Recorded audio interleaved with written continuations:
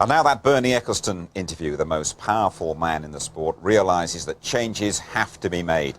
Formula One seems to have lost something of its glitter, and the sport needs to take a very close look at itself. We need to get our acts sharpened. We haven't got a very good act at the moment. And it's nobody's fault. Can't blame Ferrari for winning. That's what they've all got the same regulations. That's what they're there for. So what we're not, because there's not much we can do. But I know Ron Dennis and Frank Williams and Flavio from Brenda, they're all, and Eddie Jordan, they're all kicking their people to get their act together. Because there's no reason why they shouldn't be much better than they are. No reason at all. Do you think we're in for the same show next season then? No, I don't think it will be. I think you'll see those teams much more competitive. I'm not going to say that Michael won't win another world championship, because I think he will. But I don't think he'll win it that easy. So who do you think is going to challenge Michael Schumacher? Young Kimi with McLaren is doing a good job, obviously Montoya, Ralf Schumacher, and I'd like to see Jacques Villeneuve in a competitive car. I'd like to see him sitting beside Michael. I think you'd get some good racing out of him as well. Bernie, how concerned are you by the fact that Spa, one of the most challenging racetracks around, was made to look a cakewalk this time?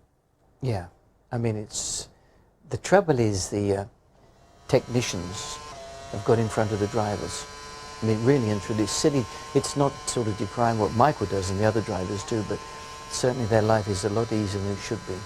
I mean, I watched from the onboard camera at Michael, and he was sitting there like he'd just gone to the shops. No problem at all, you know. Okay, then how can you make the sport more competitive? If I could, one tyre formula, cut out electronics, reduce the aerodynamic effect with the cars. That would be a big step forward. Bernie, these days qualifying, nothing happens for the first 20 minutes beyond the odd Minardi coming up, and then there's a charge at the end. How can you spice up the qualifying hour? We've got a little bit of a problem because people what they're saying, I would like to see on Friday, the qualifying timed on Friday, and that we're going to have this 1 hour session split into two 30-minute sessions with say 8 or 10 laps in each session. And you aggregate the time of the two sessions, two fastest laps obviously. And you carry that time on Friday through and do the same thing on Saturday, and obviously at the end you aggregate the four. So you'd have probably 20 laps of qualifying in both hours, 1 hour sessions. Do you think there's too much testing during the season, and there's a case for saying test when you like in the winter, but in the season you just come to the circuit on the Friday and start from there? Never happen. On Friday, whatever time, if they have 8 hours of testing, they won't test. They'll set their car up for the race or qualifying. But no, we're certainly really looking into that whole business about testing and trying to restrict it. I mean, the biggest problem is when they test on Grand Prix circuits. Because if one goes, they all have to go in case it's raining particularly that day, and they haven't got their cars set up. If they didn't go, it rains in the race or rains for qualifying. So they all go. And there's teams actually have got test teams. And these guys like to go and test, and it's like playing with a model railway. And they leave their wife and the kids at home and have good wine, and so they like to contest as much as possible. But they certainly they spend an awful lot of money, so they need to cut back. The television spectacle, how concerned are you about that, and what are you going to do to improve it?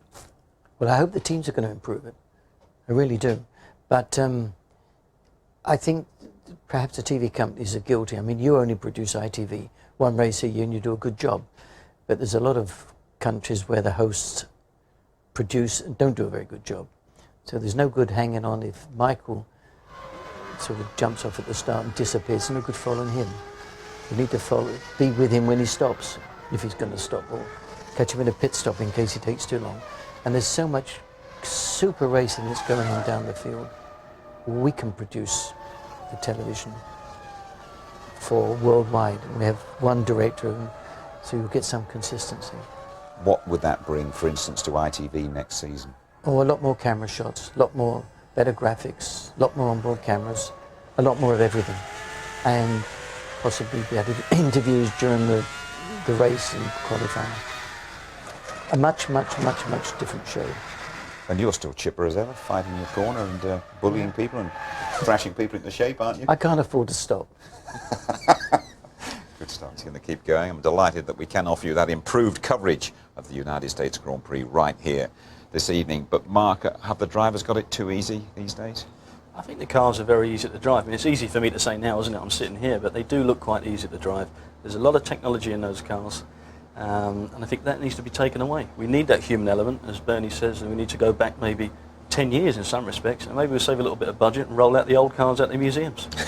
He's not a dictator, though. How hard is it for those changes to be brought about? Very difficult, because it has to be unanimous amongst the teams for any changes. Max Mosley could do it on safety issues, but talking to some of the engineers and technical directors, they're suggesting it should be a working committee. Top engineer, driver, as Mark suggested, someone from television, someone from sponsorship, to help drive them through. And it's exactly what we talked about. The aero, the gizmos, they've got to come off. He agrees with us, basically. He agrees with us.